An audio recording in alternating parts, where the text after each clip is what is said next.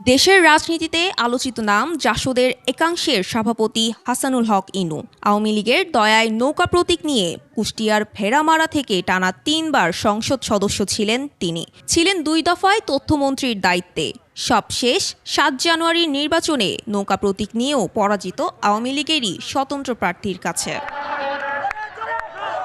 সোমবার ইনুর আটকের খবরে আনন্দ প্রকাশ করেছেন জেলার মানুষ। সন্ধ্যায় মিছিল করে মানুষ আগুন দিতে থাকে ইনুর ছবিতে। এলাকাবাসী বলছে, এমপি মন্ত্রী হয়েও এলাকায় কোনো কাজ করেননি ইনু। জড়িত ছিলেন কেবল খুন খারাপির সঙ্গে। তার অত্যাচারে সব সময় ভীতু সন্ত্রস্ত থাকতেন সাধারণ মানুষ। তার কৃতিকর্মের ফল এইগুলা। আমাদের 15 বছরের শাসনামলে উনি উন্নয়নের নামে বলতে কিছুই করেনি। সাধারণ জনগণের কোনো উন্নয়ন আসেনি। 15 বছরে ইনুর ডান হাত হিসেবে বিভিন্ন ধরনের অপকর্ম করে গেছেন জেলা জাসদ সভাপতি আব্দুল আলিম স্বপন ও তার ভাই চাঁদগ্রাম ইউপি চেয়ারম্যান তপন। তাদেরও বিচার চান স্থানীয়রা। একমাত্র ওয়ালটন এসি দিচ্ছে 1 বছরের রিপ্লেসমেন্ট গ্যারান্টি।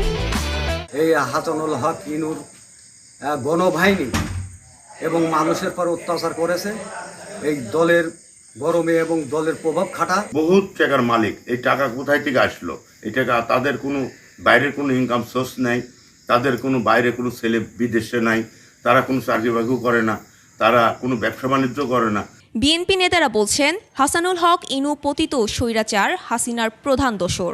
তার বিরুদ্ধে অবৈধ সম্পদ অর্জন সহ নানা অভিযোগ আছে। সব অভিযোগের তদন্ত করে দৃষ্টান্তমূলক শাস্তির দাবি তাদেরও। আমরা আশা করব অন্তর্বর্তীকালীন সরকার অবিলম্বে তাকে দৃষ্টান্তমূলক শাস্তির ব্যবস্থা করে ভেড়ামারার মানুষের আশা আকাঙ্ক্ষাকে পূরণ করবে। লুটপাট করে গরিবের হক মেরে ও স্কুল কলেজের টাকা আত্মসাৎ করে বিপুল সম্পদে মালিক হয়েছেন Inu. Mahiya Rahman, desk report, 21 television.